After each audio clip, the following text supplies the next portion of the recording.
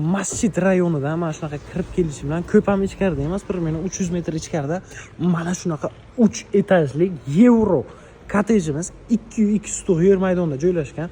Hovli qismimizning shinamligiga qarang, elektron varotalar qo'yilgan. Ko'rishingiz mumkin. Kirib kelish bilan bemalol ikkita mashina sig'ib, tapchan qo'yish uchun ham joy qoladi. Bizda bu yoqda letniy kuxnalar taxlab qo'yilgan. Bir ikkita kamchiliklar bor, to'ldirib olasiz. Zelonli zonamiz, panoramli oynalar bilan qarang, qanaqa chiroyli qilib qo'yganlar. Keling ichidan bir boshdan ko'rib chiqamiz.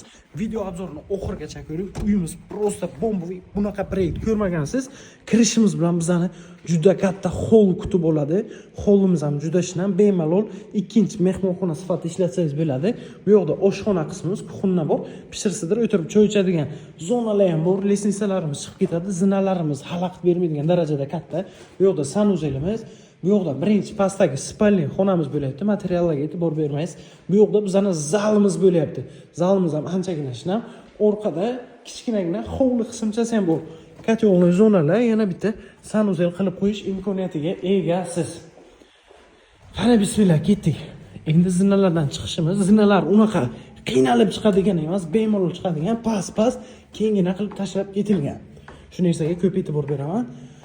Chiqishimiz bilan bizda to'g'rida sanuzelimiz kutib oladi. Undan keyin bu yoqda kattalar yotoqxonasi. Elektromontajlarni to'liq qilib beraman dedilar. Mana bu yoqda sanuzel va garderob xonasi o'zini ichiga oladi. Garderoblarni ham ko'rishingiz mumkin. Endi bu yoqlarni to'liq yopib, chiroyli qilib beraman dedilar. Bu yoqda balkon qismimiz ko'rishingiz mumkin. Balkondan kelishimiz bilan bizani sanuzel xonamiz. Bu yoqda birinchi detskiy xonamiz va u yoqda ham xuddi shunaqa sanuzel xonalari mavjud.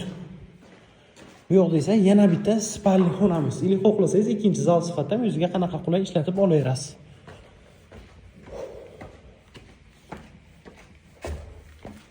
Bizda 3-etajga chiqishimiz bilan ko'rishingiz mumkin, mansard qismi boshlanadi. Patolog balandlik 3 metr. Plus mana bunaqa utubletlarini ko'rishingiz mumkin. Hammasini gipsokarton bilan yopib, chiroyli qilib beraman dedilar. Bu yoqda yana bitta hol ili zal sifatida ili ikkita xona qilib ishlatishingiz mumkin. Bemalol. Bu yoqda sanuzelimiz va xuddi shu pastdagi proyektni sanuzel bilan garderob, bu yoqda ham bitta shunaqa spalni xonamiz mavjud. To'g'rida bizada ham bu yoqda adashmasam Dilkisho masjidi, shunagina gumbazchasi ko'rinib turadigan joydan.